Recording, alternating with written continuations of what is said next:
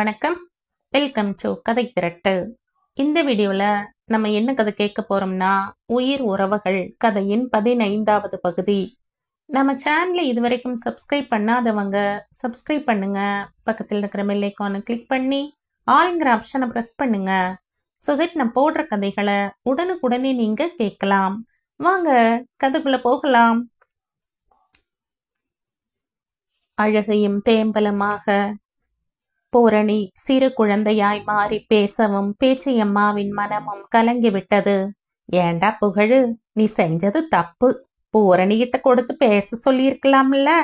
பாவம்டா, அதான் புள்ள சோந்த மாதிரி இருந்திருக்கு என அவர் அக்கறையுடன் பேசவும் ஆறுதலுக்கு ஆள் கிடைத்ததும் அந்த நேரத்தில் அவளிடம் இருந்த பயம் எல்லாம் மறைந்து, நீங்க கேளுங்க அத்தை, நான் தானே எங்க அம்மா கிட்ட பேசணும் என சொல்லிக்கொண்டே அவரின் அருகில் அமர்ந்தவள், போனை கொடுங்க, நான் பேசுறேன் என்றாள். என்ன பேசுற நீ? மணி என்ன ஆகுது தெரியுமா என அவன் சிடு சிடுவென விழவும் பேச்சியம்மாவோ, நீ கவலைப்படாது பூரணி, இப்ப எல்லாரும் தூங்கியிருப்பாங்க. புகழு காத்தால அவங்க வீட்டுக்கு போனை போட்டு கொடுத்துரு.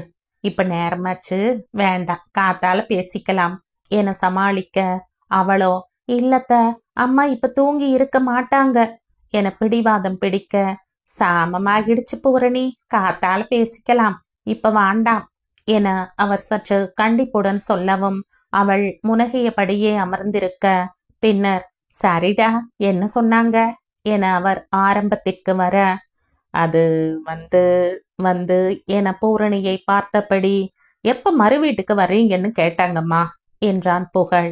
பாரு, அவங்க கூப்பிட்டு கேட்கற அளவுக்கு நம்ம வச்சுக்கிட்டோம். தப்பு புகழு, நீ நாளைக்கே போயிட்டு வந்துடு. என்ன பூரணி, நாளைக்கு போறீங்களா என மருமகளிடமும் அவர் ஒரு வார்த்தை கேட்க, அவளோ முகம் நிறைய பூரிப்புடன், போலாங்கத்த, நான் வேணா காத்தால நேரமே வேலை எல்லாத்தையும் முடிச்சுடுறேன் என அதற்கு ஏதாவது அவர் சொல்லி விடுவாரோ என அவள் முன்கூட்டியே சொல்ல, அது எல்லாத்தையும் நான் பாத்துக்கிறேன், நீங்க போயிட்டு வாங்க. சரி தம்பி, நீயும் சாப்பிட்டுட்டு போய் தூங்கு. விடியல்ல கிளம்புனா காலையில சாப்பாட்டுக்கு அங்க போயிடலாம் என அவர் பயண திட்டத்தை தயார் பண்ண, அச்சோ அம்மா, கொஞ்சம் நான் சொல்றது கேளுங்க என இடையில் புகுந்தவன், நான் இப்ப வர முடியாதுன்னு அத்தை கிட்ட சொல்லிட்டேன் என்றான். ஏன், எதுக்கு அப்படி சொன்னீங்க? யார கேட்டுட்டு சொன்னீங்க என்ற கேள்விகள் படபடவென பூரணியிடம் இருந்து வர, பேச்சையோ புகழின் முகத்தை பார்த்தே அவன் மனதை படித்தவர் அப்படியே அமைதியாகிவிட்டார். புரியாம பேசாத பூரணி, மஞ்ச காட்டுல மஞ்ச புடுங்கி போட்டு அப்படியே கிடக்கு.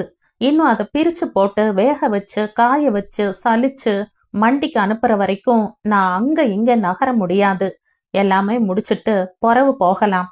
நான் அத்தை கிட்ட பேசிட்டேன், அவங்க புரிஞ்சுகிட்டாங்க. சரி, நீங்க வரும்போது வாங்கன்னு சொல்லிட்டாங்க என அவன் சொல்லவும் அவள் கண்களில் இருந்து கண்ணீர் கடகடவென வர, எங்க அம்மா என்கிட்ட பேசுறேன்னு சொல்லலையா என கேட்கும் போதே அவள் குரல் உடைந்து அழுகையும் ஆத்திரமும் வர, அதை பார்த்ததும் புகழ் தலை குனிய, அவன் எப்படி சொல்வான்? மணியம்மை பல முறை போன் செய்து விட்டார். புகழ்தான் அவள் இப்போதுதான் கொஞ்சம் பழக ஆரம்பித்திருக்கிறாள்.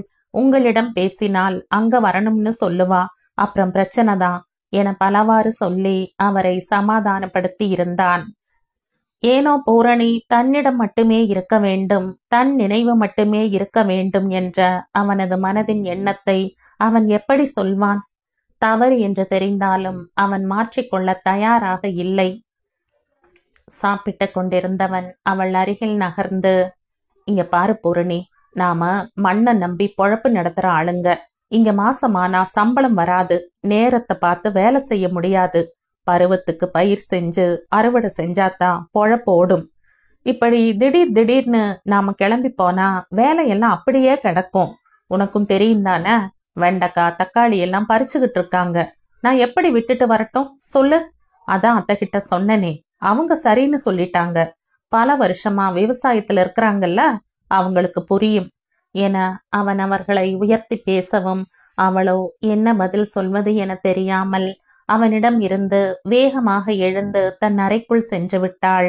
அவள் சென்றதும் சாப்பிடாமல் புகழும் எழ, எத்தனை நாளைக்கு புகழு இந்த கண்ணாமூச்சி ஆட்டம் என பேச்சையம்மாள் கேட்கவும் அவனோ நிமிர்ந்து அவரை பார்த்தவன் அவரது பார்வையின் வீச்சு தாங்க முடியாமல் தலை குனிய, நான் கூட உன்னை என்னமோன்னு நினைச்சேன், ஆனா இது தப்பு புகழு, நீ செய்யறது சரியில்லை என அவன் மேல் குற்றச்சாட்டை வீச அவனோ தன் தாய் தன்னை கண்டு கொண்டார் என்பதை புரிந்து கொண்டவன், என்னால முடியலம்மா அதான் என மனதின் வலி வார்த்தையில் வர, அப்படின்னா நீ இந்த கண்ணாலத்துக்கு ஒத்துக்கிட்டு இருந்திருக்க கூடாது, பொண்ணோட பாவம் பொல்லாதது புகழு என அவர் கோபமாக பேசவும், என்னங்கம்மா உங்க பையன் மேல நீங்க வச்ச நம்பிக்கை இவ்வளவுதானா? நான் என்ன அவ்வளவு கொடுமைக்காரனா? கண்ணாலத்துல எனக்கு எந்த வருத்தமும் இல்ல, மனசு ஒத்துதான் இதுக்கு சம்மதிச்சேன், கடைசி வரைக்கும் இப்படித்தான்னு நான் சொல்லல, ஆனா இப்ப என் மனசு ஒத்துக்கல என அவன் தன்னை நிலையை விளக்க முற்பட, இதத்தானே நானும் பாண்டியும் ஆரம்பத்திலேயே சொன்னோம். சரி, முடிஞ்ச கதையை பேச வேண்டாம். உங்க அம்மா நான் சொல்றேன், நல்லா யோசிச்சு சீக்கிரம் உன் மாமியார் வீட்டுக்கு கிளம்புற வழி பாரு. போ, நேரமாச்சு, அவ அழுதுட்டு இருப்பா, போய் சமாதானப்படுத்து என சொல்லிவிட்டு அவர் செல்ல புகழோ கனத்த மனதுடன் அறைக்குள் சென்றான். சாலையோர பார்வையாளராக உன்னை நான் நினைத்திருக்க, நீயோ துளசி மாடமாக உன் இதயத்தில் என்னை பூஜித்திருக்க, கண்களை தாண்டி கருத்தில் பதியவில்லை உனது முகம், ஆனால் நீ தினமும் ஜெபிக்கும் வேதமாக என் பெயர் புரியவில்லை. எதுவும் உன்னுள் நான் கலந்திருப்பதை அறிந்ததும் என்னுள் உணர்வுகள் உறைந்து போனதே, அது ஏனடா? பெண்ணாய் பிறந்து விட்டாலே பிறந்த வீடு நிரந்தரமும் இல்லை. பாசமும் நேசமும் நெஞ்சுக்குள் இருந்தாலும் பகிர்ந்திட நினைக்கையில் தாலி கட்டி இவன் துணை இருந்தால் மட்டுமே அது சாத்தியமாகும். பதியம் போட்ட செடியை வேறு இடத்தில் பிடுங்கி நடும்பொழுது அது புது மண்ணில் வேர் பிடிக்க சில காலமாகும். சரியான முறையில் பராமரித்தால் அந்த இடத்தில் அது வேர் பிடித்து செழிப்பாக வளரும். அதைத்தான் புகழும் செய்கிறான். ஆனால் செடியை பிடுங்கியவன் தாய் மண்ணை உதறியது எவ்விதத்தில் நியாயம்? ஒருவேளை அக்னியில் மலரும் மலர் என்றால் இப்படித்தானோ? அவன் அறைக்குள் நுழையவும் அவள் அழுது கொண்டே படுத்திருக்க, ஏனோ அவனுக்கு மனம் உறுத்த அவளை தொந்தரவு செய்யாமல் படித்து விட்டான். மறுநாள் எப்போதும் போல் வேலைகள் தொடர, ஆனால் பூரணியின் முகம் வாடியிருப்பதை பார்த்ததும் பேச்சையும் இன்று அவளை ஒன்றும் சொல்லவில்லை. அதிகாலையில் வயலுக்கு சென்றவன் காலை உணவிற்கு வீட்டுக்கு வர, அப்போதுதான் பூரணி வேலைகளை முடித்துவிட்டு முற்றத்தில் தூணில் சாய்ந்து அமர்ந்திருந்தாள்.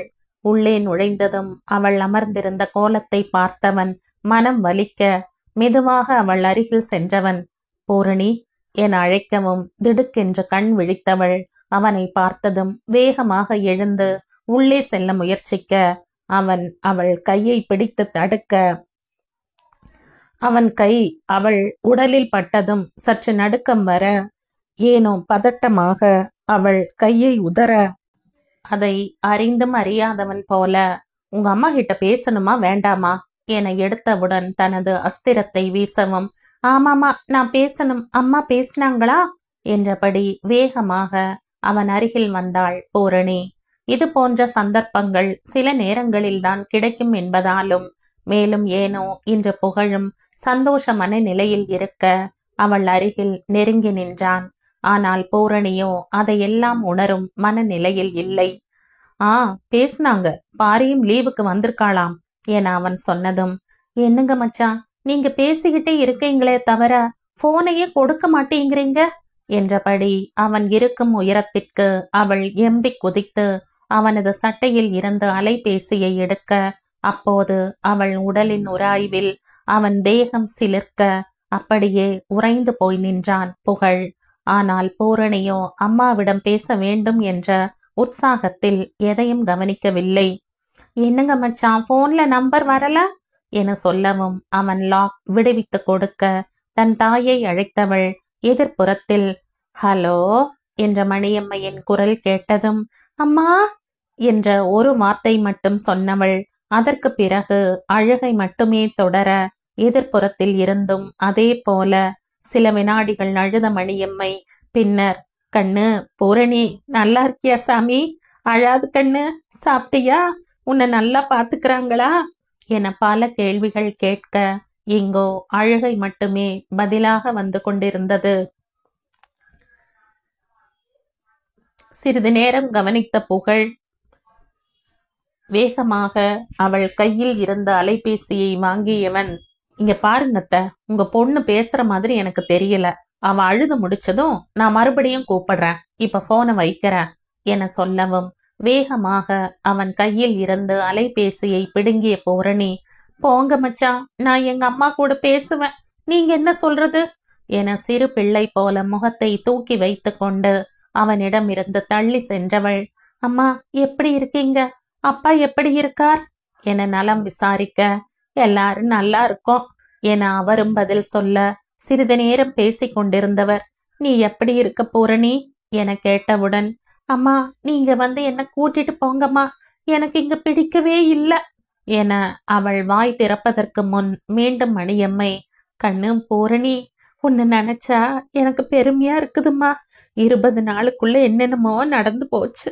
கம்பீரமா வாழ்ந்த மனுஷன் எங்க தலை குனிஞ்சு நின்னுருவாரோன்னு பயந்துட்டு இருந்தேன்.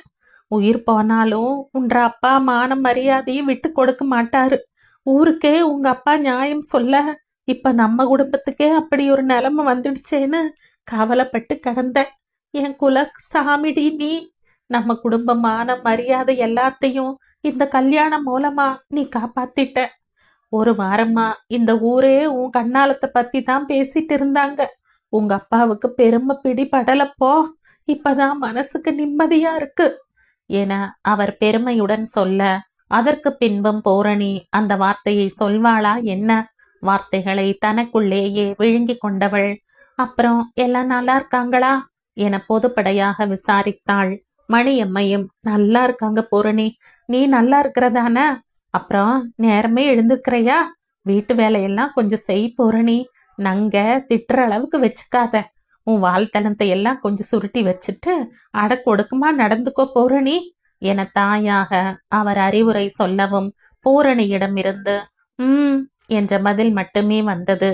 ஏன் பூரணி, என்ன கண்ணு என கேட்கும் போதே மணியம்மையின் குரல் ததும்ப, அம்மா அது வந்து எனக்கு உங்களை பார்க்கணும் போல இருக்கு என அவள் சொல்லவும் அதை கேட்டதும் பெற்றவளின் மனம் துடித்து போக, கண்ணு பூரணி நீ நல்லா இருக்கல்ல என பாசத்தையும் பரிதவிப்பையும் வார்த்தையில் கொண்டு வந்தவர், தம்பி ஏதோ மஞ்சக்காட்டுல வேலை இருக்குன்னு சொல்லிச்சு கண்ணு, அதை முடிச்சதும் நீங்க ஊருக்கு புறப்பட்டு வாங்க.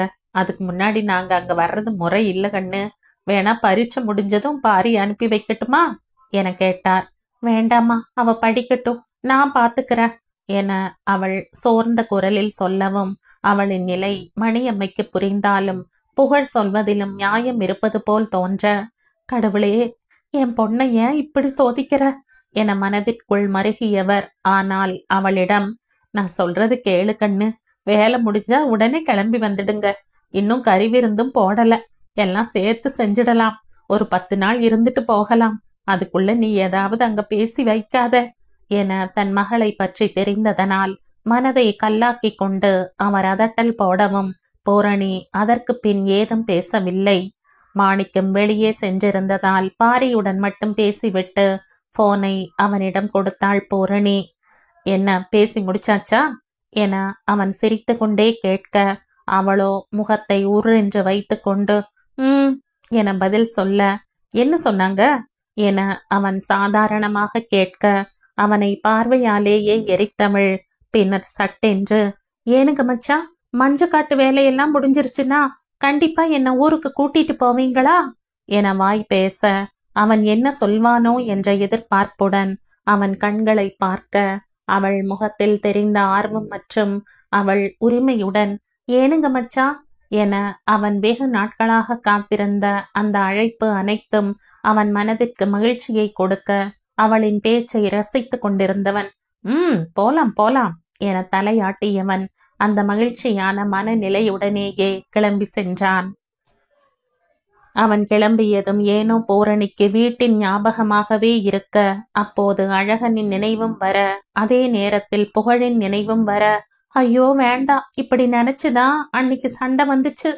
என தனக்குத்தானே சொல்லிக் கொண்டவள் அதற்கு பின் தன் வேலையை கவனிக்க சென்றாள்.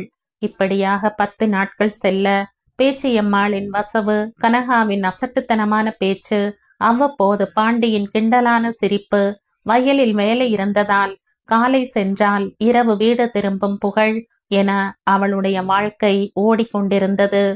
ஒரு நாள் அவள் கேணியில் நீர் இறைத்து கொண்டிருக்க அங்கு வந்த பேச்சி, பூரணி, இந்த சொம்புல கோமியம் இருக்கு, கருப்ப வேணும்னு சொன்னா, வந்தா எடுத்து கொடுத்துரு, நான் மிளகா தோட்டம் வரைக்கும் போய் பார்த்துட்டு வந்துடுறேன் என சொல்லிவிட்டு அந்த சொம்பை கல் திட்டில் வைத்துவிட்டு அவர் செல்லவும், சரிங்கத்த என்றபடி அவள் வேலையை தொடர்ந்தாள். சில மணி நேரத்தில் பாண்டி மா மா என கத்திக்கொண்டே பின்புறம் வந்தவன் பூரணியை பார்த்ததும், எங்க அம்மா எங்க போனாங்க என அதிகார குரலில் கேட்கவும், அவளோ கண்டு கொள்ளாமல் தனது வேலையை தொடர அவளை முறைத்தபடி அங்கிருக்கும் தொட்டியின் அருகில் சென்றவன் சுற்றிலும் தேடிவிட்டு, ச்ச, இந்த வீட்ல தண்ணி மொண்டு ஊத்துறதுக்கு கூட குவளை இல்ல என சலித்து கொண்டே சொன்னவன் திரும்பி பார்க்க அங்கு கல் திட்டில் சொம்பு இருக்கவும், இது ஆறு இங்க கொண்டு வந்து வச்சது என கேட்டபடி அந்த சொம்பை எடுக்க போக, ஏய் அது தொடாத என பூரணி வேகமாக சொல்லவும், என்னது ஏய்யா, இங்க பாருங்க, இதெல்லாம் பள்ளிக்கூடத்தோட முடிஞ்சு போயிருச்சு. ஏதோ எங்க அண்ணன் சொன்னாருன்னு உங்களுக்கு மரியாதை கொடுத்துக்கிட்டு இருக்க. எங்க வீட்டுக்கு வந்து என்ன அதிகாரம் பண்றீங்களா?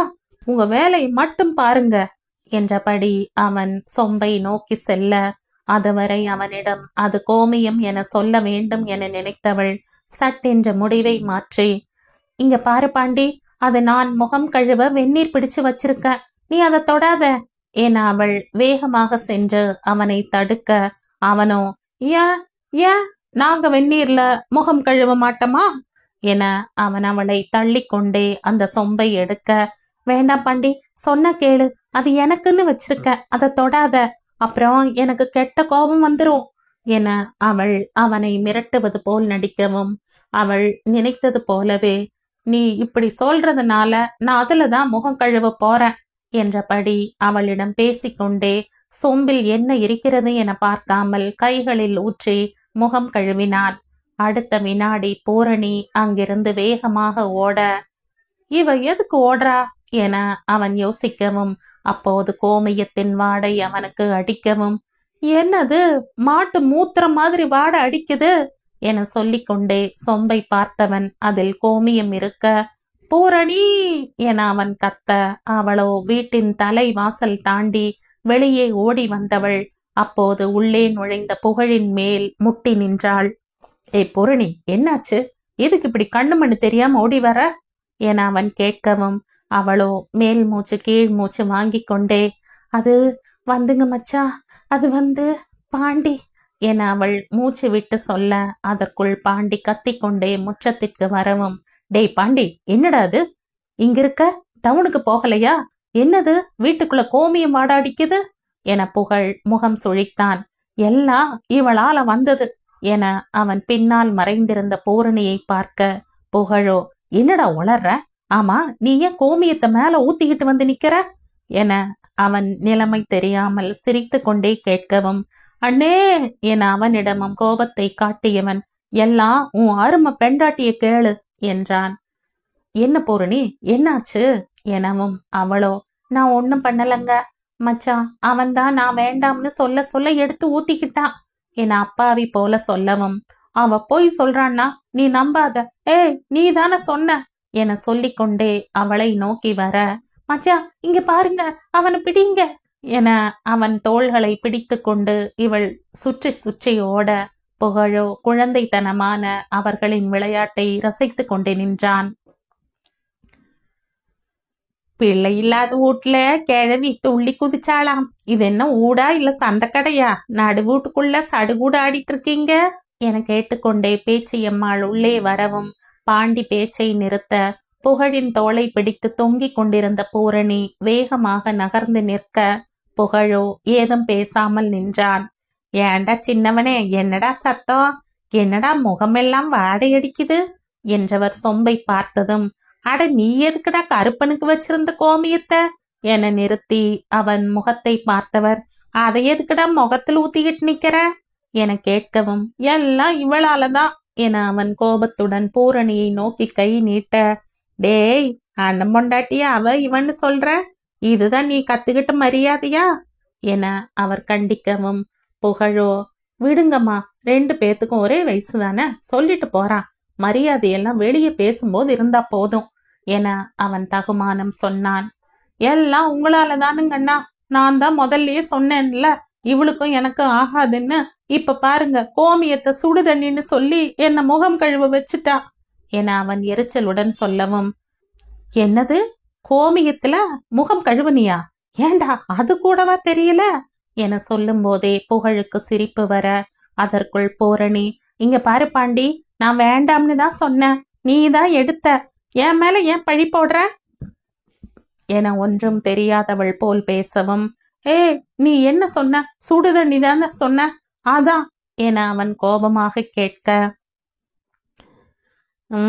கேப்பையில நெய் வடியுதுன்னா கேக்குறவனுக்கு எங்க போச்சு புத்தி? ஏண்டா, உனக்கு கோமியத்துக்கும் தண்ணிக்கும் வித்தியாசம் தெரியாதா? நல்லா ஆளாத்தான் வளர்ந்துருக்க, போடா போய் முகத்தை நல்லா கழுவு என பேச்சு அதட்டல் போடவும், எல்லாரும் என்னையே சொல்லுங்க, அதை விட்டுருங்க என அவன் புலம்பிக் கொண்டே செல்ல, பூரணியோ, யாருகிட்ட, என்கிட்டயா உன் வேலையை கட்டுற?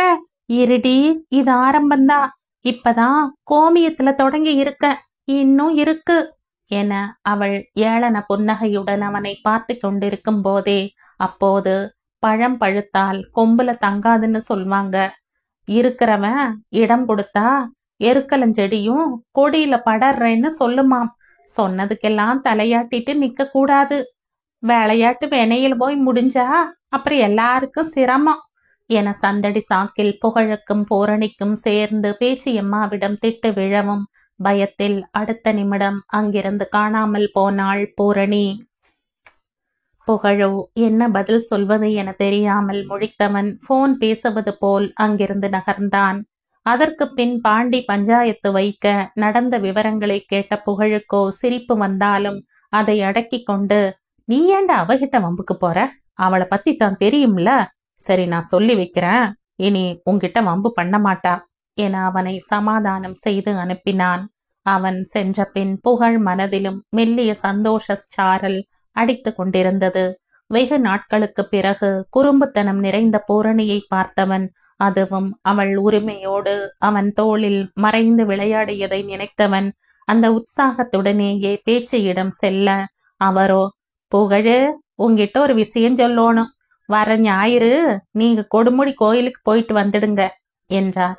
சரிங்கம்மா, போயிட்டு வந்துடுறோம், நாங்க 2 பேர் மட்டும்தானே என கேட்கவும், இல்ல தம்பி, கண்ணாலம் முடிஞ்சு முதல் தடவை வெளியே போறீங்க, தனியா போக வேண்டாம், நான் வேணா கனகாவை கேட்கறேன் என அவர் சொல்லவும், ஐயோ கனகாண்ணியா என அவன் அலற, டேய், கூட அவ புருஷன் வரதனும் வருவான்டா, அதனால அதிகம் பேச மாட்டா என்றவர், நீ பூரணிகிட்ட சொல்லிடு என்றார்.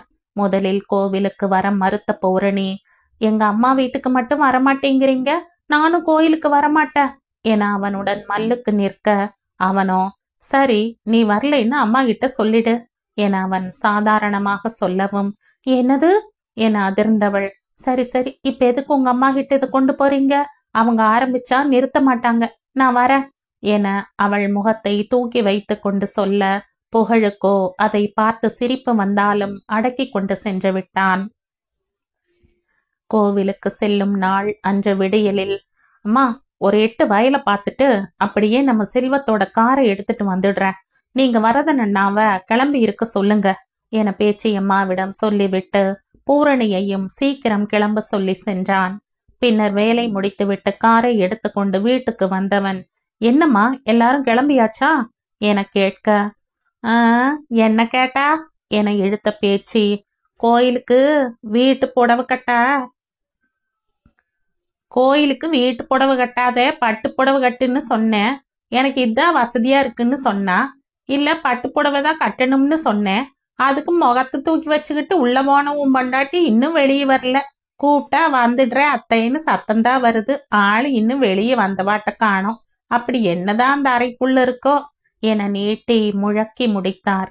புகழோ, அப்படியா, இவ்வளவு நேரம் என்ன பண்றா என கேட்டபடி அறையை நோக்கி சென்றவன் ஒருவேளை அம்மா சொன்னதால கோவிச்சுக்கிட்டு உள்ள இருக்காளோ என்னமோ என மனதில் தோன்றவும், பூரணி பூரணி என கதவை தட்ட உள்ளே இருந்து பதில் இல்லாமல் போக, என்னம்மா நீங்க, அவளுக்கு விருப்பப்பட்ட புடவையை கட்டிக்கிட்டு போறா, இதெல்லாம் எதுக்கு நீங்க சொல்றீங்க என எரிச்சலுடன் கேட்கவும், பேச்சியோ உடனே, இப்போ உன் பொண்டாட்டி என்ன சொல்லிட்டேன்னு நீ இந்த குதி குதிக்கிற புகழு, புது பொண்ணு பட்டு புடவை கட்டிக்கிட்டு போகட்டுமேன்னு சொன்னேன். சரிப்பா, நான் உன் பொண்டாட்டி ஏதும் சொல்லல, எப்படியோ போங்க என கோபமாக பேசவும், அச்சோ அம்மா நான் அப்படி சொல்லல என அவன் சொல்ல சொல்ல அவர் சென்று விட அந்த எரிச்சலில் வேகமாக கதவை தட்டியவன், பூரணி இப்ப கதவு திறக்க போறியா இல்லையா என கத்தவும், சட்டென்ற கதவு திறக்கவும், இவ்வளோ நேரம் என்ன பண்ண என சிடுசிடுத்தவாறே அவளை பார்த்தவன் அப்படியே உறைந்து போய் நின்றான். பச்சை வண்ண பட்டுடுத்தி நிலா பிறையை புருவமாக வளைத்து வட்ட கருவிழியில் வண்ண மையிட்டு விண்மீனை மூக்குத்தியாக அணிந்து பல்லாக்கு போல லோலாக்கு காதில் ஆட பன்னீர் ரோஜா பூவின் நிறம் அவள் இதழ்களுக்கு இயற்கையே கொடையாக தந்திருக்க, புன்னகை முகத்தில் பொன் நகையாக நிறைந்திருக்க, அவள் நின்றிருந்த கோலத்தை பார்த்த அனைவருமே மயங்கி நிற்க, அவள் மனம் கவர்ந்தவனின் நிலை சொல்லத்தான் வேண்டுமோ? கண்களுக்குள் அவளை நிறைத்தபடி சிலையாக நின்றான் புகழ். அவளோ வெளியே வந்தவள், நான் தான் வரேன்னு சொன்னேன்ல, அதுக்குள்ள என்ன அவசரம், கதவு போட்டு உடைக்கிறீங்க, புடவை கட்ட வேண்டாமா என அவன் மீது எரிந்து விழ, அதற்குள் நாங்க ரெடி, எங்க என்ற தங்கச்சிய காணோம் என்றபடி கனகா உள்ளே வரவும், அக்கா இதோ வந்துட்டேனுங்க என்றபடி வேகமாக பூரணி வெளியே வந்தவள் பேச்சையை பார்த்ததும் நகராமல் நிற்க, அவர் பூரணியை பார்த்ததும் கண்களில் நீர் கோக்க, ஆத்தா உன்ற அம்மா சின்ன வயசுல எப்படி இருந்தாளோ அதே மாதிரியே இருக்க என அவள் கன்னத்தை வழித்து நெட்டி முறிக்கவும், பூரணியோ வெட்கத்தில் முகம் சிவந்து நின்றாள். பின்னர் நால்வரும் கிளம்பி கோவிலுக்கு செல்ல, போகும் வழியெல்லாம் சலசலவென கனகா பேசிக்கொண்டே வர, பூரணியும் பதில் சொல்லிக்கொண்டே வந்தாள். கோவிலுக்கு சென்றதும், மாமா காவேரி ஆத்துல குளிச்சு ரொம்ப நாளாச்சுங்க, நான் குளிக்கணும் என கனகா திடீரென கேட்கவும், வேண்டாம் புள்ள நேரம் ஆயிடும் என வரதன் மறுக்கவும், மாமா மாமா என அவள் கெஞ்சவும், சரி சரி என்றவர். ஆனா புகழும் பூரணியும் என கேள்வியுடன் அவர்களை பார்க்கவும், பூரணியோ எனக்கும் ஆத்துல குளிக்கிறதுனா ரொம்ப பிடிக்கும், நானும் குளிக்கிறேன் என உற்சாகத்தில் துள்ளியவள் சட்டென்று, அச்சோ நான் மாத்து துணி கொண்டு வரலையே என சோகமாக சொல்லவும், உடனே கனகா, நீ ஏன் பிள்ளை வருத்தப்படுற, நான் கொண்டு வந்திருக்க தர்றேன் என சொல்லவும், அப்ப நானும் குளிப்பேன் என அவள் நிற்க, எதுக்கோ உன்ற வீட்டுக்காரர் கேட்டுக்கோ பிள்ளை, பொறவு எங்களை வைய போறாரு என்றாள் கனகா.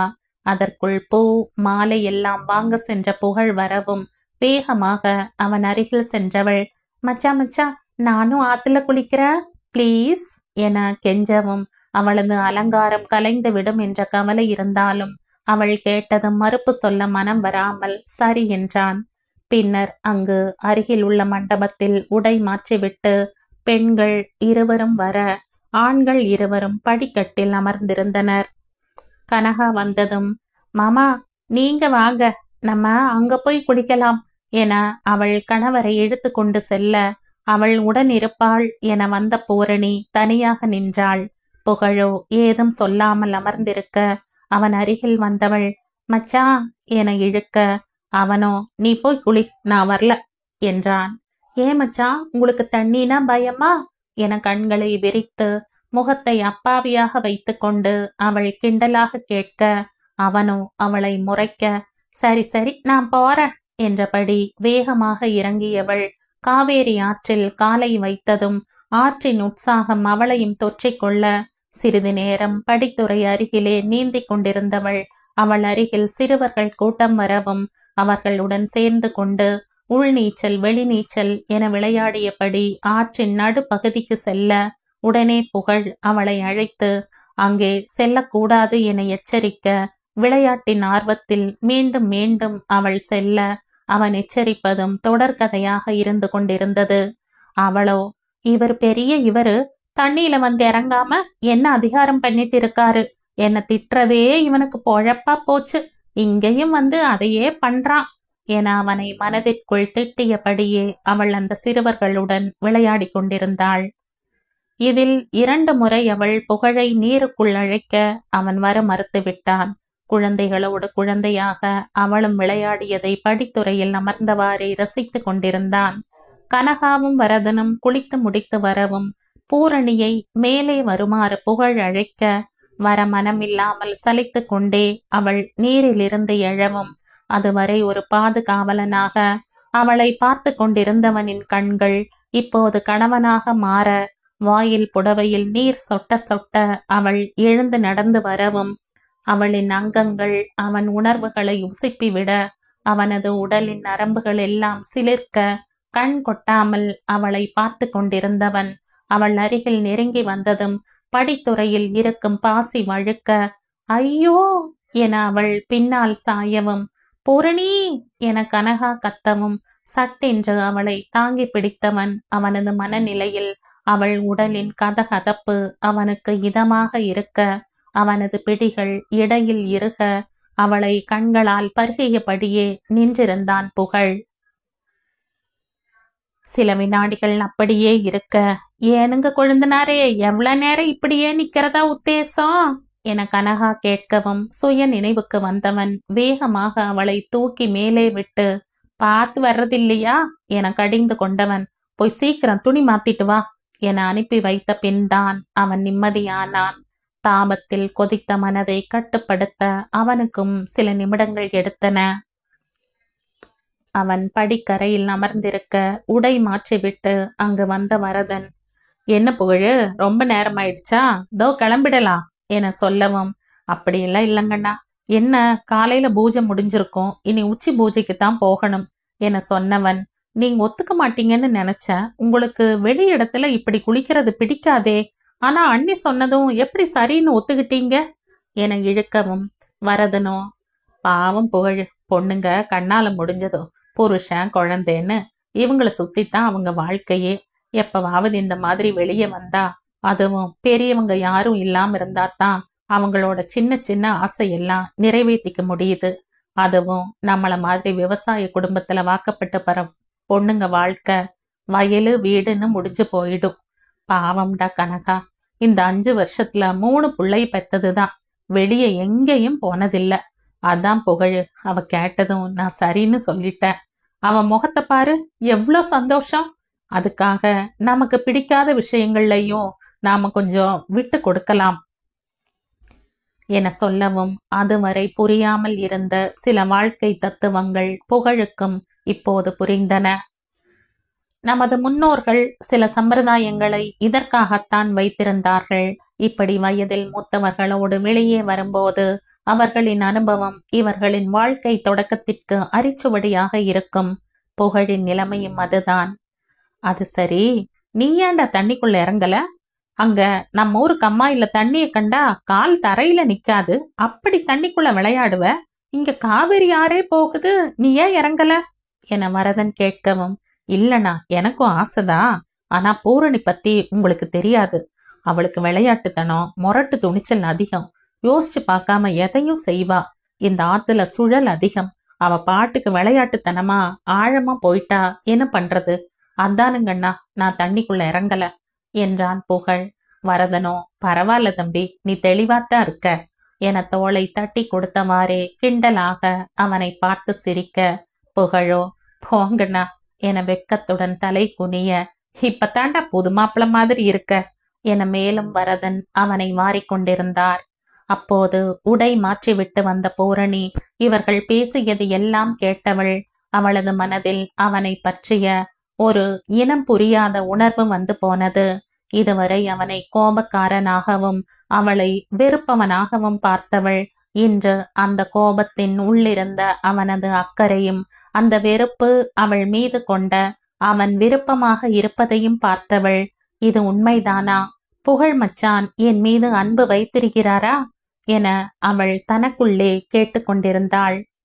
பின்னர் கனகா வரவும் கோவிலுக்குள் சென்றவர்கள் அங்கு நுழைவாயிலின் முன் இருந்த பூக்கடையில் நின்று கனகா ஜாதிப்பூ வாங்க பூரணியோ பார்த்து கொண்டு அமைதியாக நின்று கொண்டிருந்தாள். ஏம்புல, உனக்குத்தான் மல்லிகைப்பூ பிடிக்குமே, நீயும் வாங்கிக்க.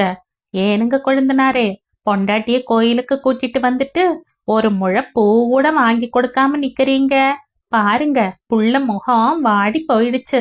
சாமிக்கு செஞ்சா பத்தாது, பொண்டாட்டிக்கும் கொஞ்சம் வாங்கி கொடுங்க என கிண்டலாக சொல்லவும், இதை சற்றும் எதிர்பார்க்காத புகழ், என்னங்கண்ணி என தடுமாற, பூரணியோ இல்ல இல்ல, எனக்கு பூ வேண்டாம் என வேகமாக மறுக்க, அட நீ ஏம்புல பயந்துக்கிற, நீ பவுனா கேட்ட, ஒரு முழம் பூதான கேட்ட, அது கூடவா கொழுந்தனாரு வாங்கி கொடுக்க மாட்டாரு?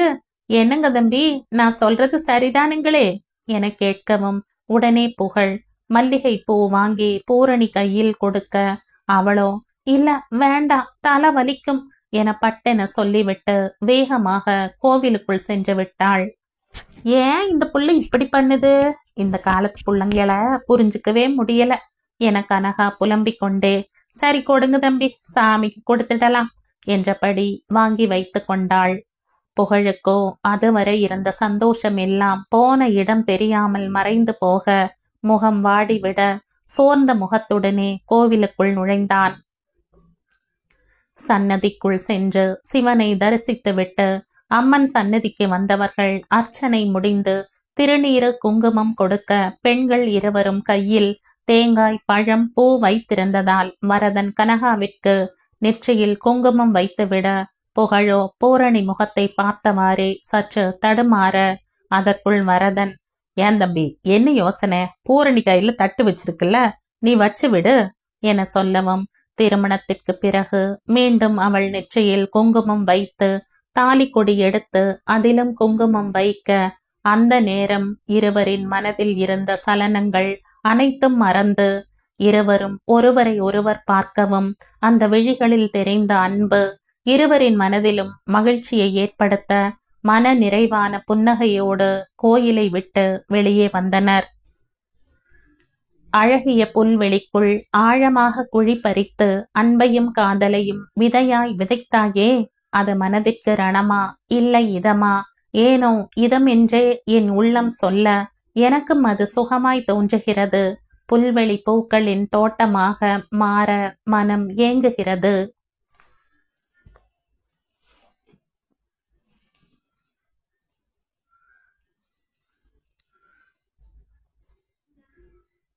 இந்த கதையின் தொடர்ச்சியை அடுத்த பதிவில் கேட்கலாம். நன்றி.